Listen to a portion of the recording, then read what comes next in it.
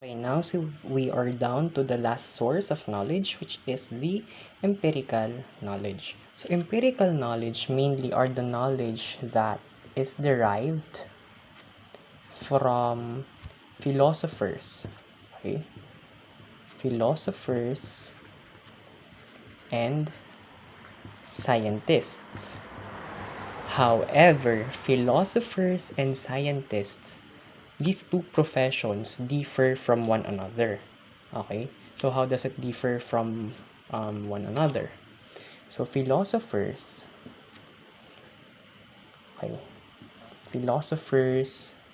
study. Philosophers study nature through observation.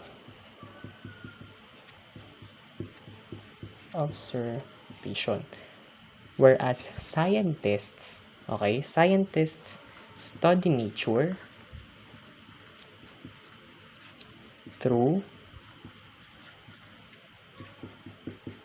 experimentation.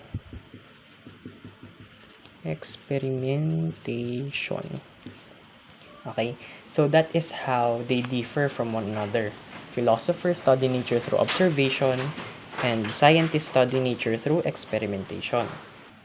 Okay, so with that said, we can define empirical knowledge as the knowledge based from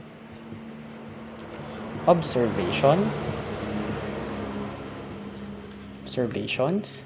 experimentations, sorry, there are too much noise, and also experiences.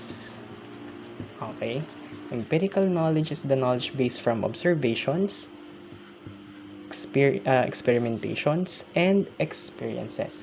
So meaning to say they are based on demonstrable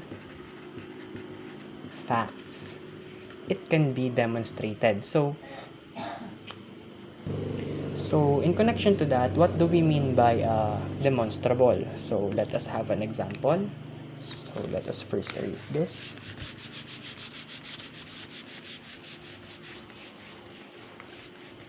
Okay, so demonstrable. So let's say during the lunar eclipse,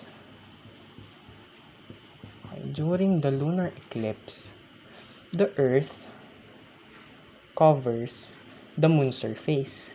Okay, so this is the Earth, this is the moon, covers the moon's surface. So this phenomenon is or can be observed. Okay, the lunar eclipse phenomenon can be observed.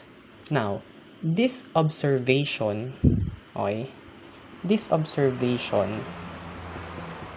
formed an empirical knowledge.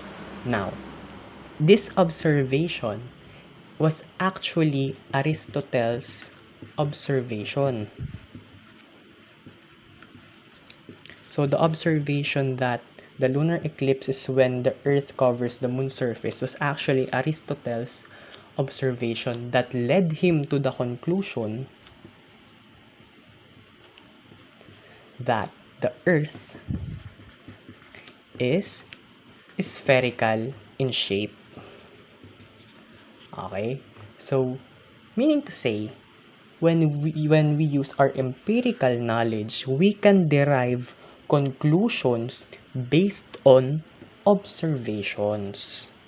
Okay? So, that is the main essence of empirical knowledge.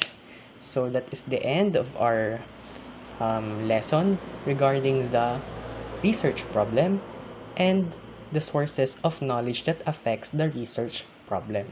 So, to recap once more, research can't exist without problems. This problem is observable and existing in our daily environment. So the existing problem is known as the rational, and the rational differs from one discipline to another. Now, These problems will not exist without questions, and questions will not exist without curiosity. Curiosity is derived from our knowledge. Okay? So curiosity is derived from knowledge. So knowledge is only a part of philosophy and has four major sources. Intuitive knowledge, which is based on feelings, beliefs, faiths, emotions, intuition. Authoritative knowledge based from books, people, professionals, or the supreme beings. Okay, kindly add that. Professionals or supreme beings. Okay. Then we have logical knowledge, which is based from reasoning. Then lastly, empirical knowledge, which are based from observations, experimentations, and experiences. So in our next video presentation, we are now ready to discuss the research objectives.